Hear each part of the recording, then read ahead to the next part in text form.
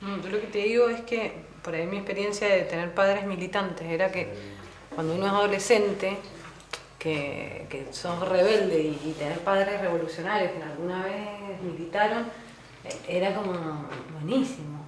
Después ¿Dónde dije, militaron? Sí. en la FAP. Y después dije, pero una locura lo que estaban queriendo hacer, nunca, no sé si me pareció como irreal la lucha que tenían. ¿Y por qué una locura? Porque a mí más que una locura me parece que pudo haber habido un error de diagnóstico, es decir, creer que tenían capacidad para vencer. Sí, no sé, a mí me parece que era una locura, no sé. Después viendo un poco la Revolución Cubana, vos decís, bueno, y cómo se llevó a cabo, dije, no sé si era tan imposible. Yo a veces lo que sí me pregunto es si digamos, esa aspiración tan de máxima finalmente no terminó conspirando contra los sectores que ellos con sus luchas tan generosamente invocaban, pero no finalmente sé, esos... No sé, me lo planteo en el sentido que, no sé, que el que nace en cuna de oro no va a dejar nada, digamos, y se va a resistir, digamos. Entonces vos vas adoptando los distintos métodos para lograr ese cambio, digamos, lo hablo en el sentido de mirando aquella época y mirando, digamos, el día de hoy que seguimos, a lo mejor algunos seguimos tratando de militar en ciertos espacios, y ves como día a día te va costando un montón, ves los grupos que se organizan, que los van cortando. Pero aparte de lo mismo que decía el Ariel antes, también eso de creer que no sirvieron esos métodos y que esas máximas eran, también es parte de saber que perdieron, de que se perdió esa lucha. Sí. Y es lo que ha ido gestando la derecha y los medios y todo, de creer que ese era un discurso. Sí. Me toca. Pero por ahí lo interesante para la izquierda sería incorporar la idea de que se puede perder, y me parece que eso no estaba como muy presente en ese momento. No, entonces, ¿vos creen que no creían? Por ahí el volumen. Lo que pasa es que era muy posible, está al alcance de la mano, por eso la reacción fue tan fuerte. Sí, digamos, si no hubiera un golpe militar, porque era tan posible que había que destruirlo, esa violencia tal. Pero aparte convengamos que no era una cuestión solamente de guerrilla, de armas, sino que también había una lucha por llegar a los barrios, organizarlos, tener cierta conciencia. Y eso te lo muestra también los desaparecidos. Los desaparecidos no eran solamente los que estaban en una guerrilla, hoy estaba la lucha armada, sino que era la gente que organizaba los barrios, los delegados de la fábrica, digamos, todo aquel que se juntaba a hablar con el otro para cambiar las cosas. Y bueno, lo que pasa es que se te van acortando los caminos y te queda, o ganamos ahora o no ganamos nunca más. Bueno, y mira, ahora tenemos que esperar, las consecuencias las estamos pagando hasta el día de hoy. Claro, eso es mi opinión, no sé. Pero hay que analizar, tampoco todo el tiempo es la lucha armada, pero es una herramienta, hay que discutirla. Sí, el problema es que ahora eso forma parte del relato de la derecha respecto de la izquierda, y de algún modo eso tiende a quitarle legitimidad y potencia a todo lo que se hace desde el lugar de la izquierda. Sí, pero en todo caso también por ahí la crítica podría ser más por ese lado, que yo creo que también era un contexto donde era capaz necesaria la lucha armada, capaz que no era la decisión de cada uno. Yo no sé si mi mamá tenía tantas ganas de salir y de agarrar armas o poner bombas. Pero el tema es también cuál es la necesidad del momento, cuáles son las herramientas que tenés para lograrlo, la cosa de la que estás convencida. Ahora, yo lo que le digo, tan convencido podés estar. O sea, yo con mi mamá discuto eso, cómo podías creer tanto en una verdad absoluta. Eso a mí ahora me parece irreal. Nadie duda que fueron héroes, que sabían que se jugaban el pellejo, se lo jugaron, y muchos de ellos fueron a la muerte. Pero bueno, digo... ¿Vos crees que era más gracias otro camino? No, digo que no tengamos una visión necesariamente romántica del asunto, ¿sí? y que haber dado la vida no los redime de eventualmente haber cometido un error político. Para mí sí, claro. El gobierno de Kirchner, ¿me entendés? Donde incluso la mayoría de estos hijos de puta, ¿viste? Que están en el proyecto con la derecha y defendiendo, ¿me entendés?, a los ojeros, que fueron los eternos golpistas del país, estos hijos de puta. ¿Me entendés? Se pasaron ahora para el otro lado. Entonces vos decís, esta es la historia. Esta es la historia. Esta es la historia. Sale con la ametralladora ahí arriba. Claro, entonces a vos cuando te la cuentan, ¿me entendés? Y te dicen, no, son macacos. Hay tipos que tuvieron con nosotros adentro, en la pelea, ¿me entendés? Y después lo viste vos tirando tiros incluso en contra de las mismas organizaciones que ellos ayudaron a crear. Mientras vos, en la época de la resistencia. ¿Sí? Qué tirazo, pelado. Tenés la misma cara de alegría que tenía en aquellos años. ¿Te acordás? Esa historia la tengo grabada en la memoria. Entonces cuando vos, por ejemplo, querés... Vos me hiciste acordar cuando en esa época que comenzamos a militar, yo trabajaba en la fábrica Corsomar y la condición gremial era radical.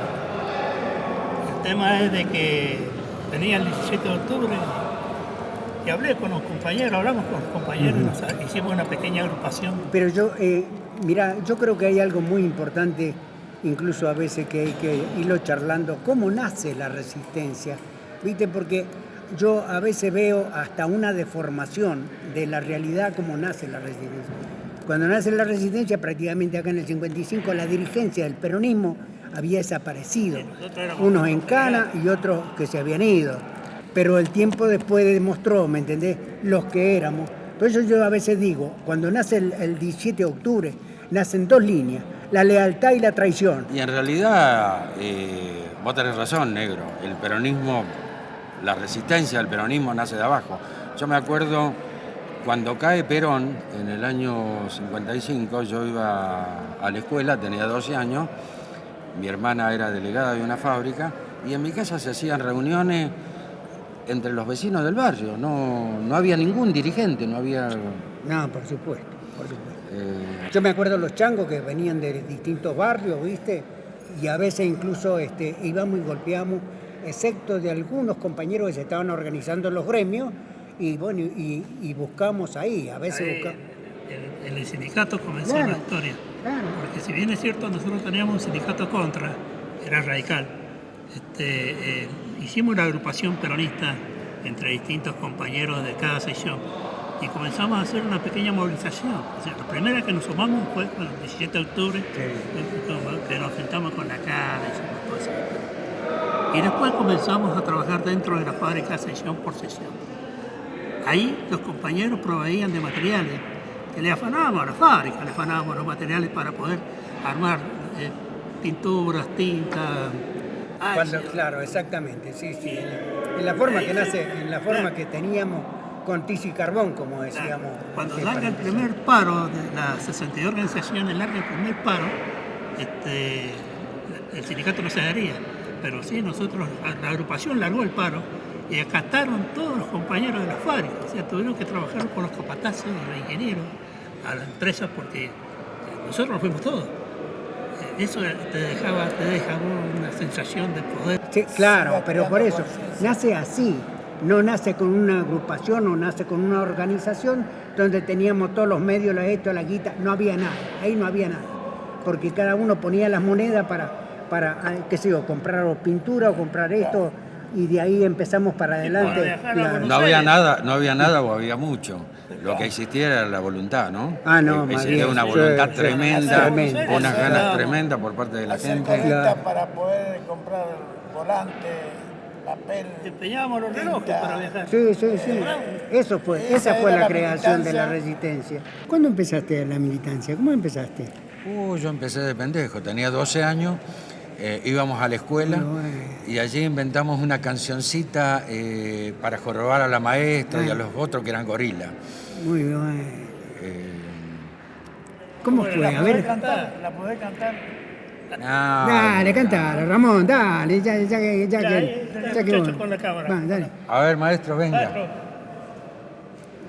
Ahí está. Acérquese, le vamos a contar a los muchachos cómo era la cancioncita esa. Estamos hablando del año 55 todavía. Todavía estaba Lonardi, todavía no venía Aramburo. No te asombres si te digo lo que fuiste, vos lo nerdi, un cobarde y un traidor, que mataste tanta gente en septiembre para ser presidente de la nación y pensar que son traidores de la patria, tan malvados y tan ruines como vos. Militares que masacran la Argentina como Olivieri, Balaguer y Calderón. Pero donde mis amores no te aflija que esta gente como vino de repente así se las tomará. Y vivirá tu nombre en la vida y en la muerte, quedará grabado en la historia nacional.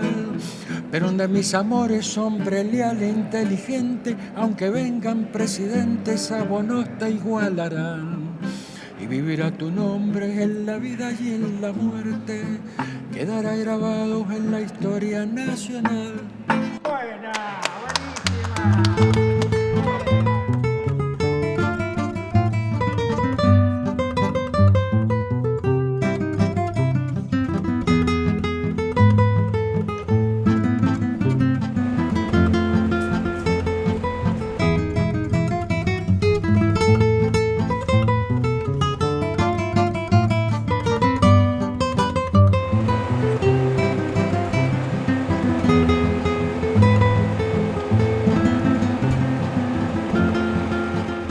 Flaco, Héctor Pringles, vivía en la calle Gregorio Lemos, 658, o sea que era la vuelta de YPF, lo que era Yacimientos Petrolíferos Fiscales. Tenía un grupo de amigos muy queridos, que yo los llegué a conocer. Vivía con unos tíos, una hermana del padre que había, digamos, como asumido el papel de madre de él, y su padre, que era un hombre que trabajaba en YPF, había trabajado en YPF, muy querido, que yo después pude conocer gente que lo había conocido y lo quería, era un hombre muy apreciado, vivía en el fondo también de ese domicilio ahí en Gregorio Lemos 658. Ahí en Godoy Cruz. Sobre O'Higgins o García, la calle que topaba con Salta, en una esquina creo que supo haber una carpintería. Entonces él se quedaba, que solía quedarse mirando al hombre, a un señor que trabajaba en la carpintería. Él decide que ir a pedirle a ese señor a ver si le daba trabajo. Que él siempre lo espiaba, que le encantaba el trabajo de la carpintería, que lo que se podía hacer con la madera y con las manos. Dice, pero yo le llevaba una propuesta, que le permitiera quedarse unos días ahí. Dice, bueno, yo lo ayudaría a limpiar, a mantener limpio el lugar, alguna tarea que usted haga que yo pueda colaborar. Dice, y eso sí, yo tengo que ir al colegio, así que dentro del día que el tiempo que yo esté acá, tengo que tener un espacio para ir a estudiar, pues yo voy al colegio.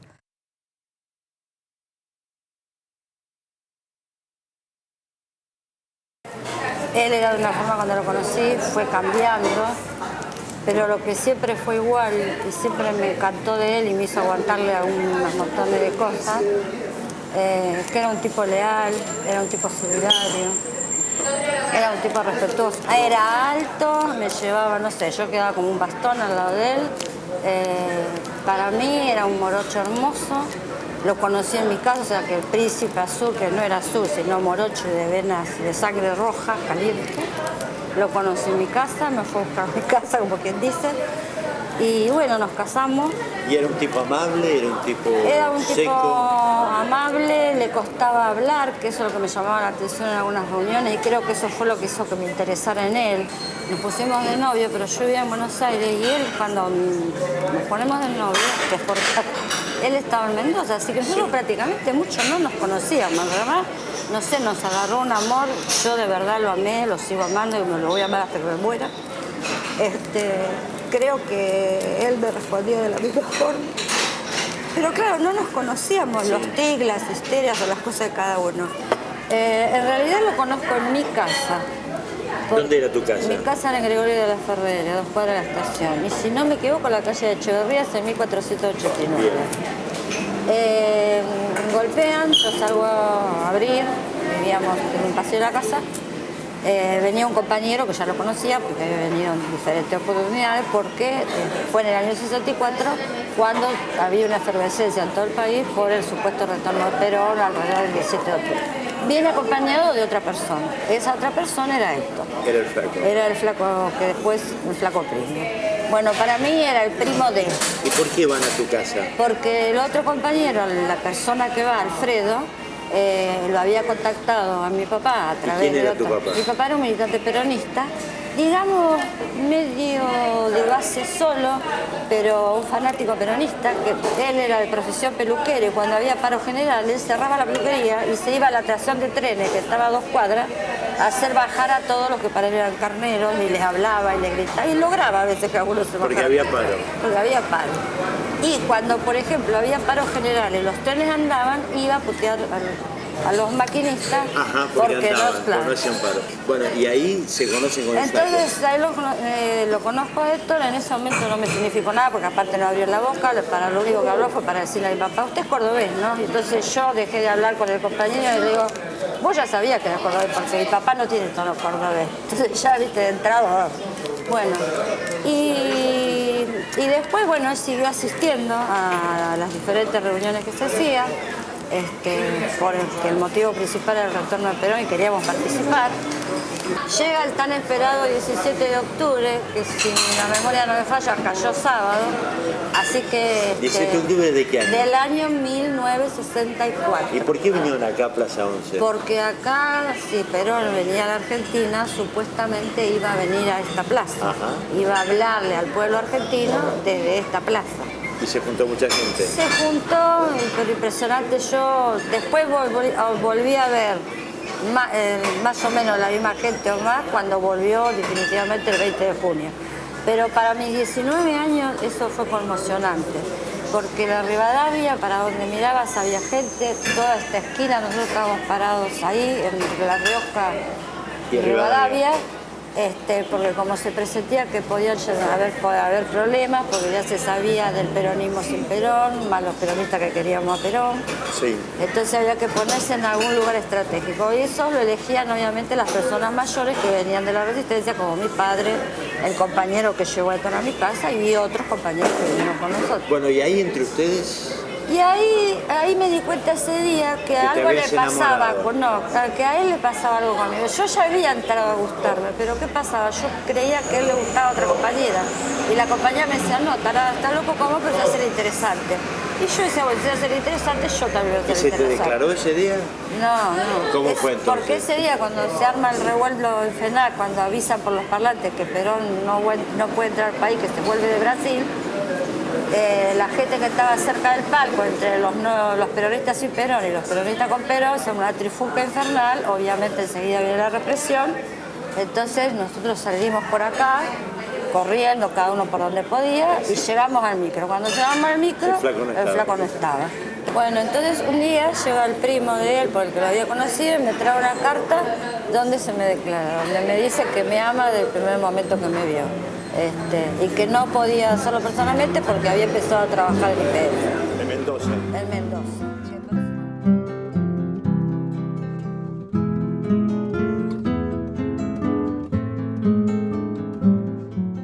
Mendoza, 17 de noviembre de 1964.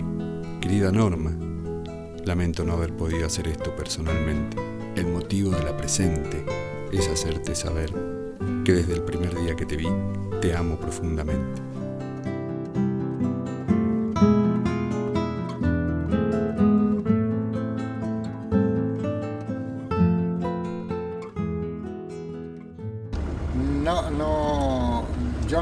En esos días yo no tuve contacto con el flaco. Sí tuve contacto con algunos de los compañeros que trabajaban en esta zona, porque trabajamos en distintas zonas. Ajá. Y cuando nos encontramos, en este caso con Ubaldo, ya se sabía, se sentía el comentario y se sentía también, hasta podíamos palparlo de quién eran los que hacían este tipo de comentarios. Y no tengo empacho en decir que habían compañeros que eran de IPF, habían compañeros de vialidad, habían compañeros municipales que eran metalúrgicos. Digo compañeros a este tipo de personas porque hasta ese momento nunca suponíamos, más allá de que tuviéramos distintas formas de pensar, para nosotros eran compañeros, nunca pensamos que estaban metidos en una cosa tan jodida como esta. No, bueno, esa semana anterior, como dice él, se corrían montones de rumores. Que era posible que ese fin de semana iban a suceder en Mendoza, a lo mejor hechos violentos como ya se venían dando en otros lugares del país. Bueno, y comentaba sobre eso. Y un día, creo que fue el miércoles de la semana o el martes, me dice, mira, dice, hoy me encontré con el señor Martínez, dice, y estuvimos conversando y me cuenta, dice, que la señora está enferma y los hijos no están. Y me pidió si vos te podés ir a quedar, dice, el fin de semana. Cuando viene el viernes a buscarme, viene el hombre, pero viene con la señora. Entonces yo cuando la veo a la señora, yo, este boludo me quiere sacar de acá. Y entonces entramos, antes de que la familia entre, porque después le hicimos pasar, los llevo para adentro y le digo, pero pará, vos me estás mintiendo. Le digo, ¿qué pasa acá? ¿Por qué no me decís lo que pasa? ¿Qué sé yo? Eran las 4 de la mañana del día 22 de noviembre. ¿De qué año? Del año 75. Esa noche estábamos por largar el segundo turno, que se larga a las 4 de la mañana. En el momento en que estábamos por largar el camión, que estaban saliendo los camiones, aparecieron un montón de camionetas y coches. ¿Vos por qué estabas acá en el corralón? Porque era el capataz general de recolección en ese entonces. Nos piden, esta gente se arrima a donde estábamos, porque estábamos casi al borde de la salida, y nos piden que nos obligan a irnos adentro, apuntándonos con armas. Uno de los agentes de seguridad sale al frente y dice que ahí no pueden actuar porque está saliendo la recolección, y le dieron un culatazo en la cara. ¿Podés describir cuántos coches eran, cuántos hombres habían? Yo conté entre coches y camionetas 7. Yo conté esa noche, en los que pararon enfrente y los que pararon aquí al costado, de donde yo podía verlos. ¿Tenían alguna identificación esos coches? La camioneta habían 2 camionetas de vialidad que yo alcancé a ver, de vialidad provincial. Esa misma noche ocurre algo que nos dimos cuenta después, a los 2 o 3 días, porque mientras nos preguntaban dónde vivía Pringle, acá enfrente había una camioneta de vialidad justo enfrente, y uno de los choferes nuestros pasó a saludar a este amigo que habían sido compañeros de trabajo en vialidad. No nos dimos cuenta y al largar los camiones, después que se fue todo esto, nos dimos cuenta que nos faltaba un chofer. Y justamente nos faltaba este hombre de apellido Gallego, era un chofer de recolección. Lo relevamos con otro, teníamos relevos. Pero así pasó un día y al segundo día seguíamos en la misma, no había marcado tarjeta, no había nada, apareció la señora de él buscándolo. Y ya no apareció más este hombre. O sea, se lo llevaron. No se supo más nada de él. No se supo más nada. Ni el auto, nada. Ni el auto, la camioneta de él estuvo 5 días acá y después desapareció porque yo trabajo en la noche y en la mañana entregaba, así que no sé. ¿Dónde estaba estacionada esa camioneta? Exactamente aquí enfrente. Al otro día, a las 6 de la mañana, esa noche, quiero que quede grabado porque fue espantoso, se sintió toda la noche patrulleros, tiros. Yo no estaba muy lejos de acá, no me puedo acordar ahora la dirección, pero de IPF unas 3 cuadras, para el lado de la avenida San Martín. Y era infernal, entonces yo no dormí en toda la noche porque están dando vuelta a la ciudad, qué sé yo. Y a las 6 de la mañana, mi hijito de 2 años, que estaba durmiendo del lado de los pies, se despierta así con una convulsión y gritando papá, papá, papá. Y para mí eso fue una señal de que algo terrible estaba pasando. Lo que sí sé por versiones de los vecinos es que le tiraron, ametrallaron la puerta y él salió por una ventanita, una banderola, y es todo lo que sé. pero de ahí no sé más nada de la versión. Versiones también dicen que lo tiraron a una camioneta y le pegaron un tiro en la cabeza por los vecinos. No vi nada de eso yo, porque de donde estaba no lo podía ver. Tocan el timbre, miro y da un compañero, ¿no?, del barrio, un compañero que militaba con nosotros y que además tenía una verdulería ahí en el barrio. Yo ya cuando lo vi, bueno, no presagiaba nada bueno. Cuando llego a la casa, estaban todos los vecinos conversando entre ellos, muchos me vinieron a saludar, todos lloraban, ahí me di cuenta cómo lo querían. Y la casa era un desastre, la puerta del frente estaba hecha triza, no sé si es que la rompieron a balazos o qué. La cocina, había un mueble hermoso que había hecho él, lo habían partido de arriba abajo. Yo tenía una foto de Evita, esa foto hermosa de Evita saludando, que me la había regalado el padre Antonio. Bueno, era todo un desastre. Entonces era, después que salgo del primer momento de desorientación y de locura, empiezo a preguntar con los que estaban conmigo y tenemos que hacer algo. ¿Por dónde empezamos? Tenemos que ir a buscarlo, a ver si lo encontramos. Y ella me dice, por los chicos no se preocupe, Norma, yo me los llevo a mi casa. Ahora ustedes imagínense las criaturas, ¿no? 5 años, 4 y 2, viendo la casa, que era un despelote, la gente que lloraba. Así que ella agarró y se los llevó enseguida. Y bueno, y lo primero que fuimos a ver fue a Santuccioni, a la, que nunca me puedo acordar, debe ser por el odio que le tengo, a la comisaría esa que estaba en Patricia Mendocina, ¿eh? Sí. Y ahí fuimos con varios compañeros del grupo que no me dejaron sola, que eso hasta el día que me muera lo voy a recordar y agradecer. Bueno, y entramos y a mí lo que me llama la atención en cuanto entro, que en una comisaría, y tan importante como esa, no había un policía, eran todos militares. Y Santuccioni estaba en una oficina enorme, sentado como un mafioso, todo esparramado en una silla, muy bien empilchado, y creo que estaba por ir a jugar al golf, porque tenía uno de los palitos esos de golf que se pegaba en la bota con el palito.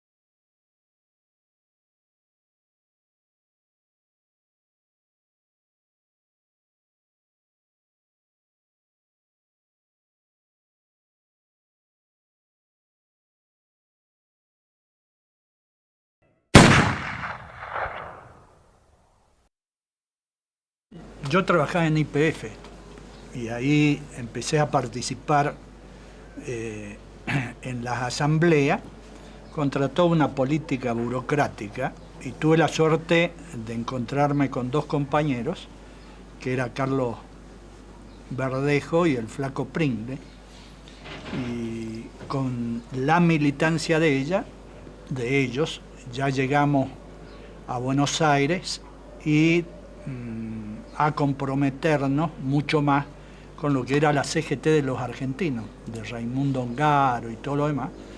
Y Carlos y el Flaco eran buenos referentes para toda esa gente. Vos sabés que en esa época yo trabajaba en el gremio de los aceiteros en la fábrica y la burocracia sindical con Estanislao Rosales, que era el secretario general de los aceiteros, realmente pateaban para los patrones, porque nosotros estábamos huérfanos de huérfanos. Mi experiencia en ese sentido ha sido distinta, pues después me relaciono con la gente de la resistencia. Sí, señor. Yo me acuerdo del viejo Dean, el negro Soloa, el Luis Toledo. El pelado Manrique. El pelado Manrique. Y claro, un montón que se me han ido borrando de la. Sí, lo mío es totalmente distinto en ese sentido, nada que ver con lo gremial. Digo, lo mío parte por lo social, fundamentalmente. A pesar de ser de una familia de raíz peronista, como decía la Bucha, estaba casi todo dormido, prácticamente no había ninguna expectativa de nada, simplemente sufrir el proceso de Onganía. Y a partir del aluvio, me acuerdo que yo vivía en el Supe, y la Bucha y el Bucho vivían en el barrio de Comercio, en Godoy Cruz. Y se produce el aluvio y a la tarde siguiente me van a buscar.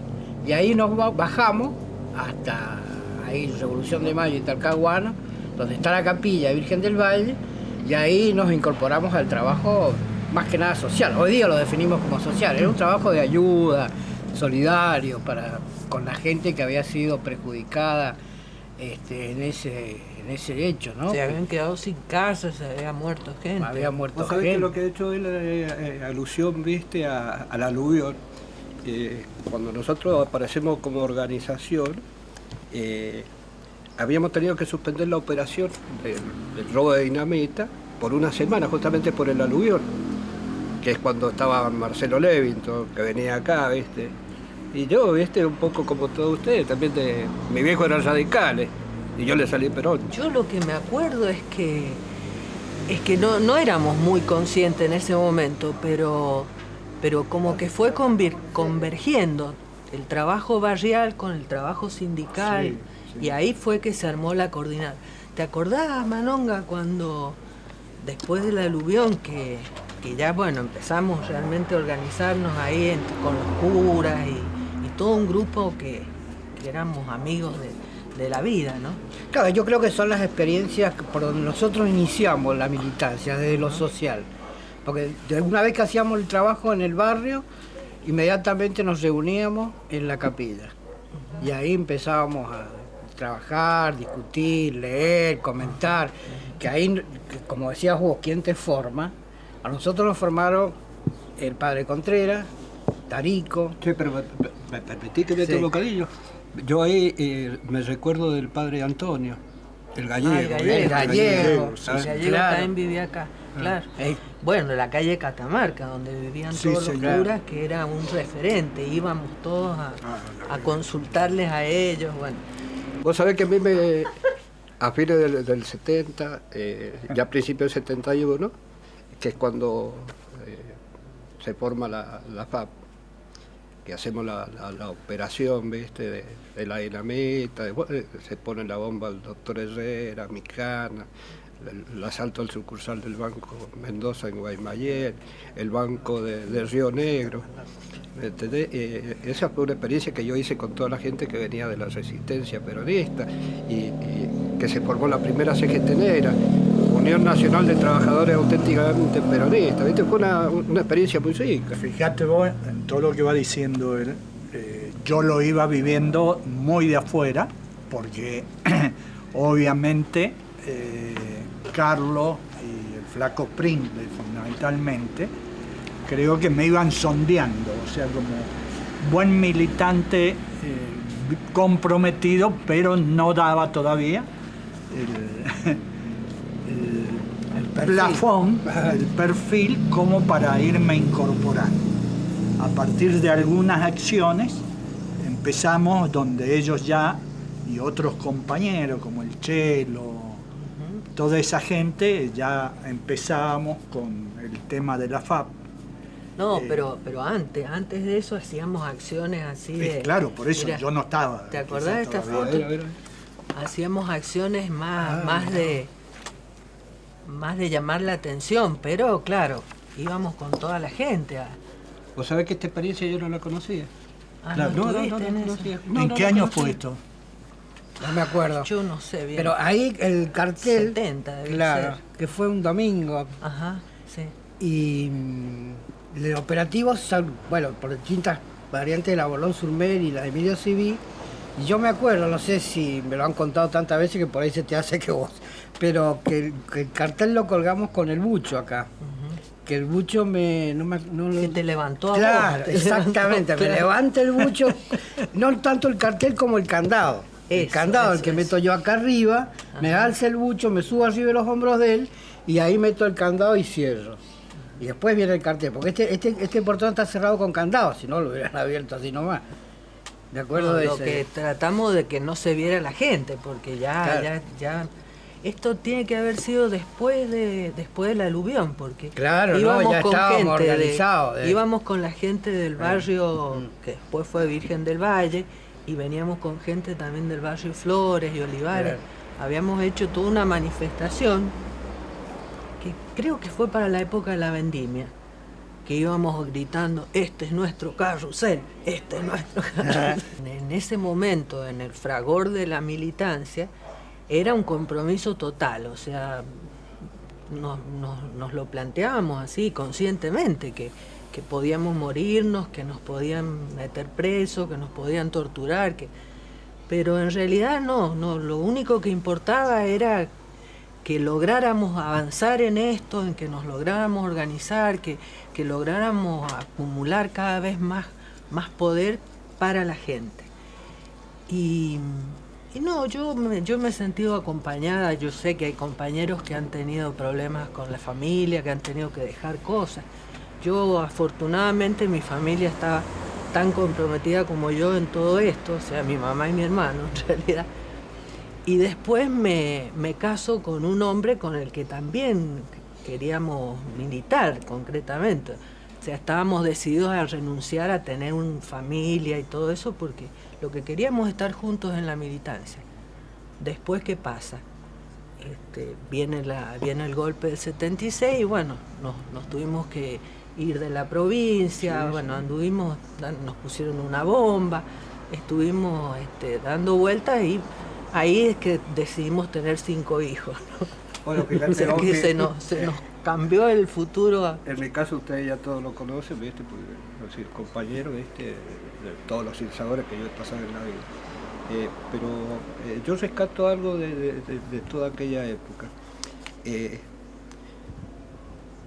El compromiso que asumió la mayoría de la juventud argentina, porque cuando la patria le pidió un sacrificio, no se hicieron los boludos. Y a este país se regó a lo largo y a lo ancho con toda esa sangre. En mi caso, por ejemplo, yo no he negado nunca, no lo he hecho, no se me cruza por la cabeza a pesar de todo lo que he pasado, y creeré que me voy a morir con esto.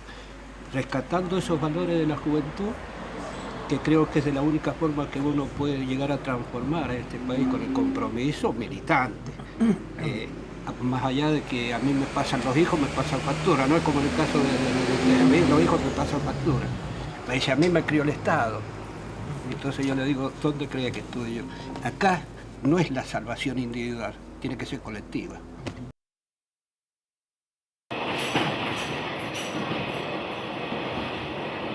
Nos casamos en julio del 66, en pleno golpe de Onganía.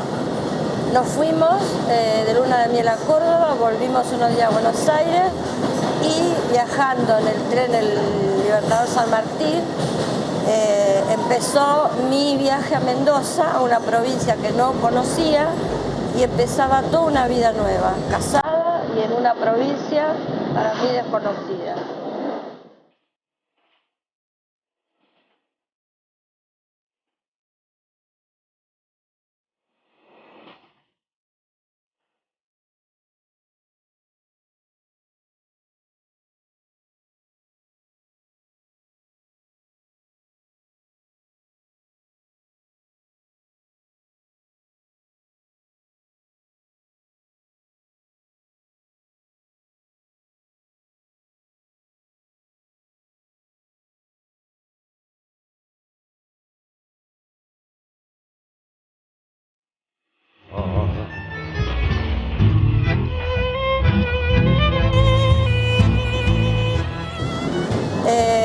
Al principio, bueno, nos tuvimos que ir conociendo porque en realidad en los casi 2 años que nos escribimos nos vimos muy pocas veces, entonces obviamente no teníamos demasiada idea de la personalidad de uno, del otro, qué le gusta a uno, qué le gusta al otro. Bueno, llevo unos meses justamente congeniar los caracteres, los distintos gustos. Y calculo que a principios del 67 él ya se había incorporado a un grupo de compañeros de YPF, del peronismo revolucionario, peronismo de base. Y en una oportunidad había que hacer un viaje a La Plata para contactarse con Carlos Pierini, que era un compañero que militaba en la misma agrupación, enfrentada a lo que era el sindicato, el SUPE, la burocracia sindical del SUPE. viajamos a La Plata, nos acompañó mi padre y ahí nos atendieron magníficamente bien y regresamos a Mendoza con muchísimo material que tenía que ver con el tema de la lucha contra la burocracia sindical y también con algunos mensajes enviados por el general y algunas indicaciones en cuanto a qué tareas se debían realizar y en qué lugares. Y después, bueno, él ahí se dedicó febrilmente a eso, le interesó muchísimo.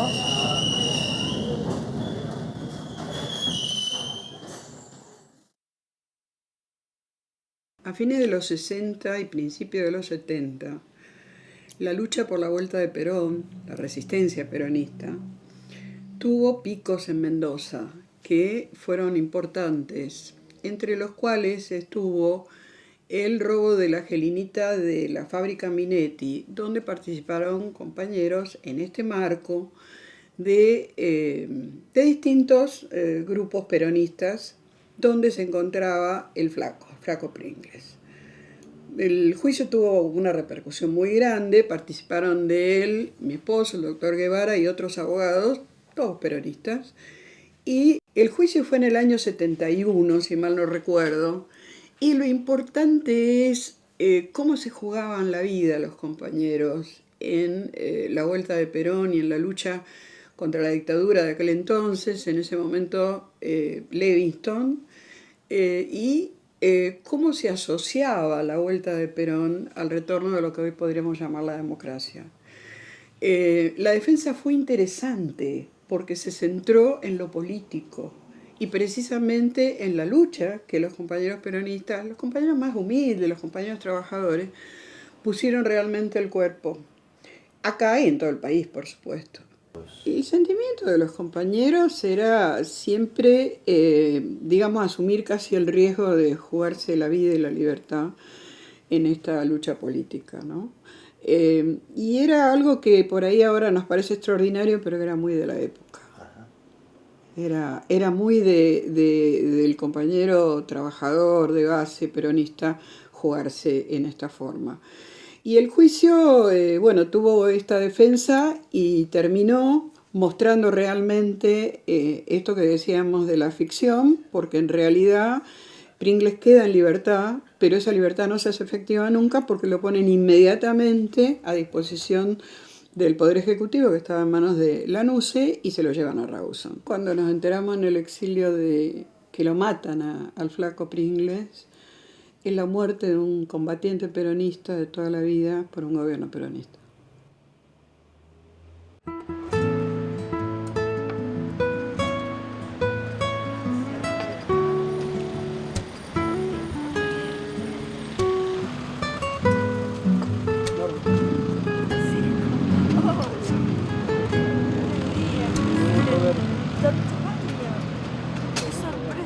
Qué alegría encontrarte después de tantos años. Lo mismo, qué lindo. Viste que la última vez que nos vimos fue en una de las visitas que hacíamos ahí a la Casa de Piedra, esa, a la cárcel. Después al grupo nos dan la libertad acá a nosotros. Nos detienen en la puerta, ¿viste? Nos detiene la federal otra vez, nos traen a la delegación de la Policía Federal y en la tarde nos vuelven otra vez a la cárcel y ahí estamos. Porque cursan radiograma, nos ponen a disposición del Poder Ejecutivo. Y bueno, y como a los 10 días nos fletan al sur. ¿Y cómo fue tu experiencia en Rawson? ¿Cómo lo viviste allá? Vos sabés que muy lindo, ¿sabés por qué? Porque apenas llegamos nosotros, estaba la gente que estaba de Córdoba, estaba el Negro Quieto, y a los poquitos días de llegar se produce el Mendozazo. Entonces la efervescencia que hay adentro, ¿viste? Era una moral, ¿viste? Realmente revolucionaria, ¿viste? Con los cánticos, ¿viste? Se cantaban varias canciones, ¿viste? Me acuerdo de una de ellas, el padre Burela. ¿Con qué arma, Señor, pelearemos? Con la que le quitaremos, dice. Así que te imaginas que era realmente muy lindo, ¿viste? Y además compartir, ¿viste? Con todos los... Yo que venía, ¿viste? De abajo, estar con algunos capos del de las organizaciones revolucionarias, ¿viste? Te imaginas que era un Sentir orgullo fuerte, muy grande, sí. claro. Realmente nos sentíamos bien. ¿Y a vos cómo te fue las visitas que le hiciste al flaco a Rawson? Y bueno, yo salí a los 3 o 4 días de que se lo llevaron a Rawson, porque acá estaban todos desesperados, porque no sabíamos en realidad si estaba o no en Rawson. Se arma una movida así muy rápida contra los compañeros más cercanos. ¿Me disculpás? Sí. Yo recuerdo que al flaco lo pedían, viste, a nivel nacional, lo pedía hasta la burocracia con Ruchi de la cabeza. Ah, sí, después sí. Eso sí me acuerdo porque acá yo voy a aprovechar para hacer un homenaje a una persona que ya no está, un compañero, que podíamos tener diferencias, muchos teníamos diferencias, pero que no hay que olvidarse jamás que es el Gordo Guevara, el doctor Alfredo Ramón Guevara. Él se movió constantemente, tocó las puertas que tenía que tocar. Bueno, me organizó el viaje. Yo viajé con la nena mayor, que ella acostumbrada a ir a la Casa de Piedra, que eran 20 minutos de colectivo, y yo venía y dije, ¿cuándo llegamos a ver a papá? ¿Cuándo llegamos a ver a papá? Bueno, hasta que llegamos. Y fue muy emotivo porque llegué un 17 de octubre, que aparte de 17 de octubre era el Día de la Madre. Cuando yo voy entrando con la nena, viste, porque estaba ya lejísimo el penal, y en la entrada había una garita que te controlaba, te revisaba, y te venía a buscar un milico después, te acompañaba. Y yo iba con la nena, que ¿dónde está papá? ¿Y cuándo lo veo papá? Bueno, entramos a un hall que había en la entrada del penal, y se escuchaba que estaban cantando la marcha peronista. No, eso era común, era común. ¿Viste? No, pero era 17 de octubre, ¿viste? Y en la soledad de eso, yo jamás escuché la vibración que escuché en ese momento de la marcha peronista en ese lugar. Entonces, bueno, como lo mandan a buscar a esto, porque estábamos nosotros, estábamos paradas las dos en la reja que daba al hall, y se sienten, viste, puertas, pam, pam. Y le decían, ¿cuándo viene papá? ¿Y dónde está papá? Claro, no entendía nada, si tenía 2 añitos. Cuando se abre la puerta, y aparece Héctor, que me parece que lo estoy viendo, la nena lo abraza de los pies y papá, y lloraba. Hasta un oficial que estaba ahí al lado nuestro, lo vi llorar al tipo, porque fue una situación muy emotiva. Y bueno, el padre la alzó. Pero que en ese tiempo, viste, los guardiacárceles todavía eran medios humanos. Tenían algo de humanidad, sí. Y de fondo, o sea, el cuadro precioso, el padre abrazando a la hija, que se la querría incrustar en su alma, ella que lo acariciaba, y atrás los otros cantando la marcha peronista. Angélica, ¿cómo era el flaco? Decís bien, Pringles era el flaco, compañero peronista de muchos que habíamos en Mendoza, y con el que mi recuerdo es de un tipo muy, muy humilde, muy combativo, pero a la vez muy humano. Tanto por mis referencias son, y mi recuerdo es como militante sindical del SUPE, con su trabajo barrial. Recuerdo haber estado con Norme, los chicos, en la casa de él varias veces. Siempre había algún problema que atender, que el flaco sabía y se ocupaba de compañeros y de gente, de vecinos que estaban ahí en el barrio. Y hay una anécdota que tengo de él que realmente lo que refleja es su capacidad humana en los momentos difíciles, ¿no? Lo habían llevado preso al Gordo, mi marido, Guevara, con otro abogado a principios del 75, pleno gobierno de Isabel, estado de sitio. Y él viene a verme a mi estudio y me ofrece sacar la gente del Campo Papa para pedir la libertad del Gordo. ¿Y vos, Francisco, qué sacás? ¿Qué te dejan a vos todos esos años de lucha y tu cárcel, tu sufrimiento? Mira, linda pregunta, porque a pesar de todas las cagadas que nos mandamos, yo, Francisco Hipólito Roledo, un laburante de fábrica, interpreto que en algo contribuimos para la transformación de este país. Yo creo que eso ha sido el mérito más grande que podíamos haber entregado a la juventud de aquellos años.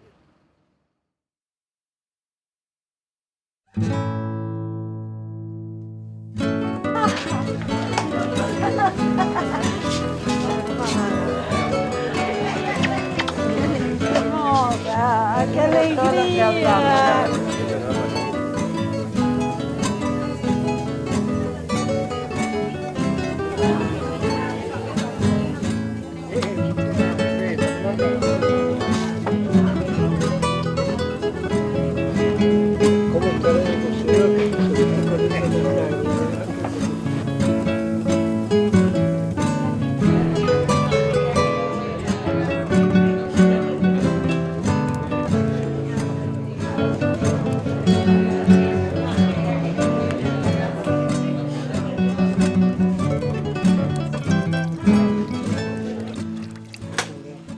de la formación, además del peronismo, era también Pablo Freire, la educación popular, los curas del tercer Pero mundo. había muchos condimentos. Bueno, ¿Cómo para te eso digo? estaba el Che también. Pues Claro. nosotros terminamos en el barrio Virgen del Valle inaugurando una escuela. ¿Y qué nombre le ponemos a la escuela?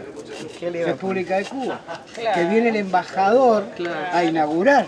Perdón, y yo recuerdo la pintada Che Perón Revolución. Para mí eso en muchos momentos se transformó en una carga, una cosa pesada, una cosa difícil de mirar, ¿no? Porque por eso mismo, por lo que es idealizado. Yo hoy tengo espacios de militancia, laburo con otros compañeros, en organizaciones, y yo sé que eso, digamos, que esa práctica tiene muchos conflictos en el medio.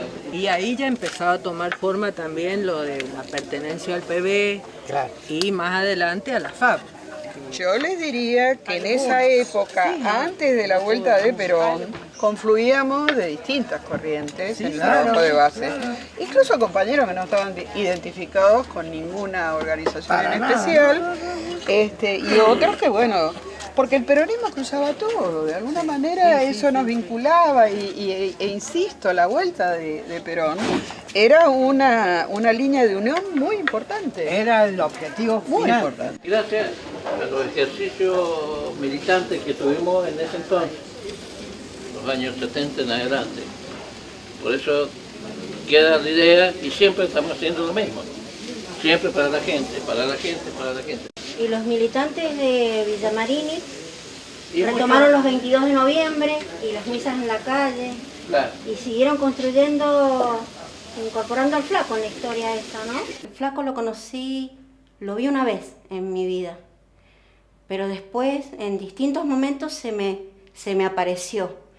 Y en momentos en los que yo armaba mi militancia. Entonces apareció en la época del terremoto como motor de un estilo de trabajo. Y en el año 89 me fui a trabajar al barrio Suso.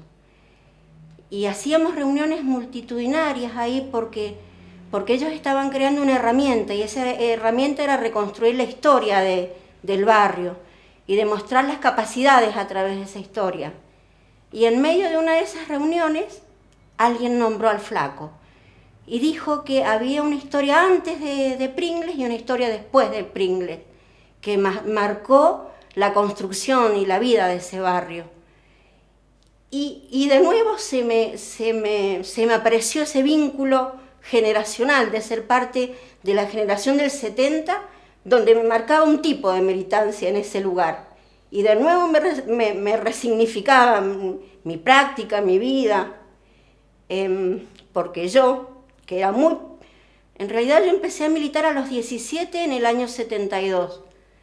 Y yo estaba como muy... Era parte de un movimiento, me doy cuenta ahora, y que respondía a la dinámica de ese movimiento, con todo lo que tenía de imaginario, de simbólico.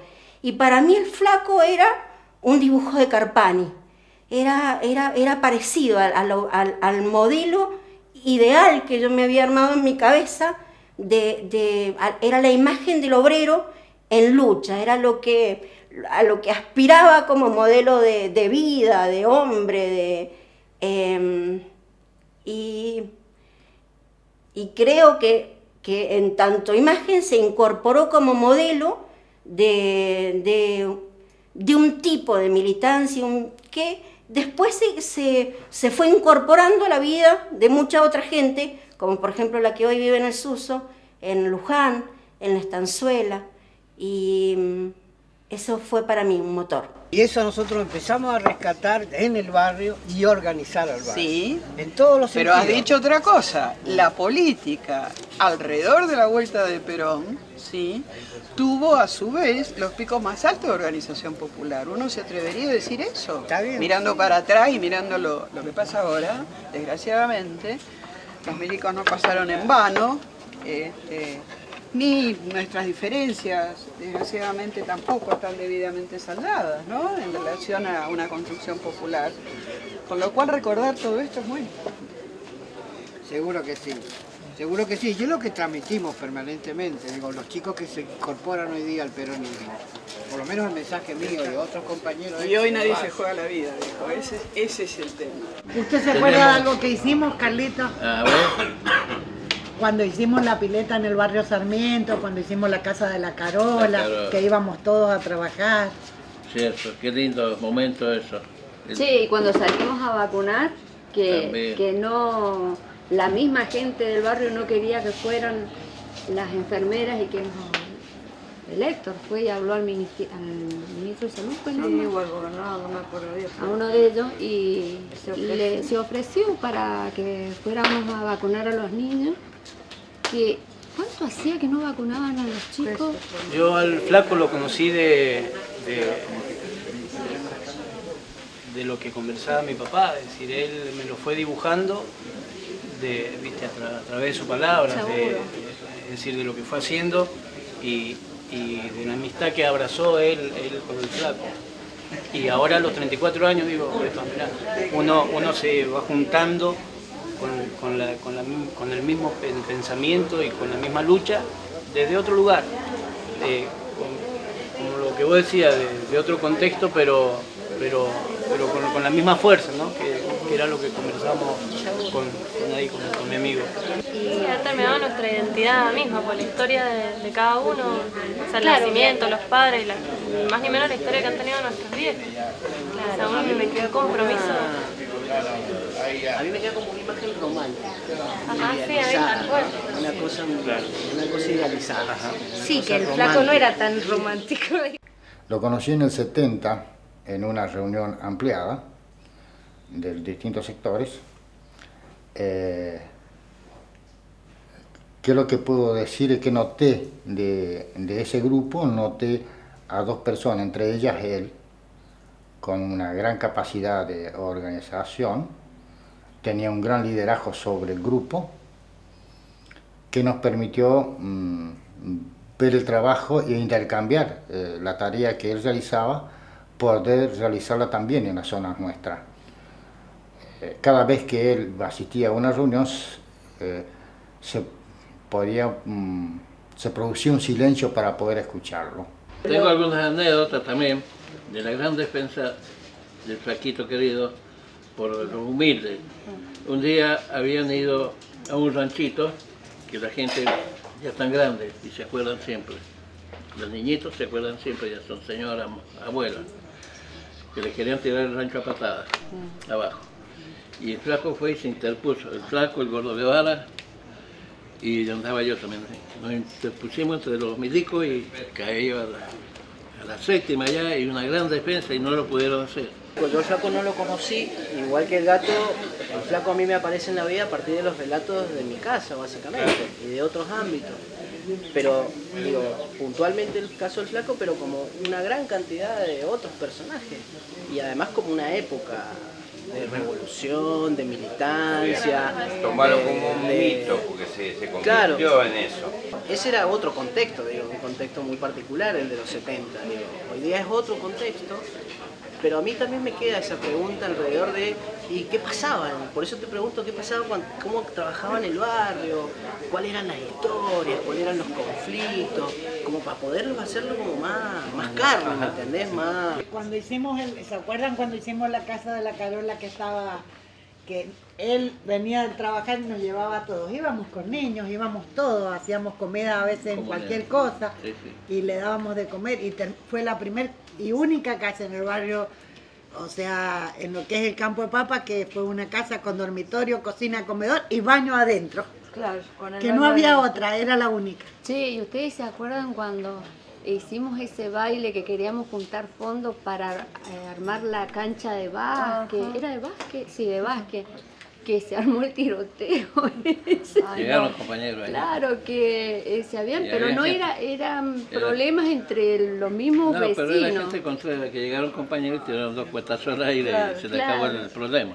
Claro, porque ahí creo que había de hace muchos años un tipo caudillo medio radical, no sé qué historia. Claro, A él le molestaba ver que, viste, de repente todos nos juntábamos en esa casa. Y qué bailongo que se armó, ¿te acordás? Fue muchísimo. Pero bueno, ahí está, ves cómo el barrio apoyaba lo que hacíamos, que fue mucha gente. Yo era una mujer muy simple, nunca había participado en nada. A partir del 72 que conozco al Flaco Pringles, empiezo a participar en política, a ser solidaria, a trabajar con la gente en los barrios. Para él, para nosotros, para mí, la gente era una persona muy especial porque transmitía confianza como amigo, como persona, como padre. Lo mataron porque estaba esa época tan fea de los milicos y nunca se va a acabar esto. Porque los hijos no tienen padre, porque ellos tienen que ver todo lo que pasó a su padre con todos los compañeros que han firmado, que han visto todo lo que el padre ha hecho, que para mí fue mucho porque yo aprendí muchas cosas de él.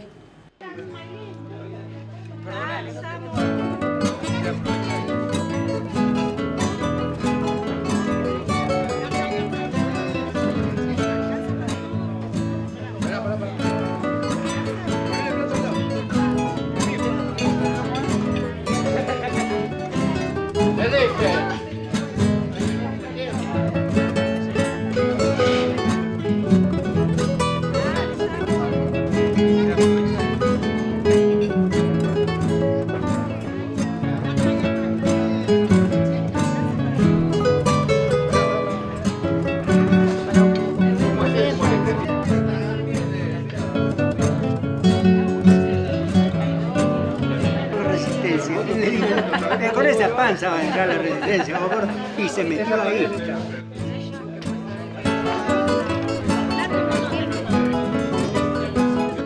Bueno, quiero hacer un brindis con todos estos compañeros queridos que me rodean, por un gran compañero, un gran señor, Héctor Samar Pringles, que él permitió que en este momento estemos todos reunidos acá, capaz que con diferentes formas de pensar, no de pensar sino de accionar. Por el Flaco Pringles, por su señora que está presente. Como estamos haciendo un homenaje a un hombre que ya no está, que lo asesinaron brutalmente, un hombre que era noble, era bueno, era un creador, un creativo, porque aparte de ser un militante, era un hombre que sabía hacer tantas cosas. Yo junto con él quiero mencionar, y no se ofenda, a los familiares y a los muertos, empecemos desde allá, porque la historia es así, que fueron masacrados en el bombardeo de la Plaza de Mayo del 55, por el compañero Felipe Vallese, por el compañero Gustavo Rearte, por el gran y querido Carlos Pierini y su familia, por Luis Companuzzi, y se me van a faltar nombres. Fernando Alberte. Y el último, y que lo llevo, como dijo recién su compañera, el Gordo y el Flaco. En mi corazón están los dos, el Gordo Guevara. Y en el Gordo Guevara quiero homenajear a todos los abogados, que no eran muchos, que se arriesgaban para ayudar a los presos. Y voy a nombrar a uno que ni sus propios correligionarios lo nombran jamás. El doctor Amaya, que yo lo conocí en Trelew cuando fui a ver a mi marido por primera vez en Rafa. Por dos compañeros que no están, pero que estuvieron cerca de todos nosotros y nos guiaron en muchos momentos. El Braquio Braceli, mi marido, y el Bucho Nicolau, el marido de ella. Por todo ello, quiero hacer este brindis en homenaje a este gran compañero que fue un ejemplo y seguirá siendo ejemplo para mí, para mi esposa, para mis hijos y mis nietos. Espero que sea para todos nosotros igual. ¡Salud, Flaco! Que Dios te tenga en la gloria. Salud, Coleto.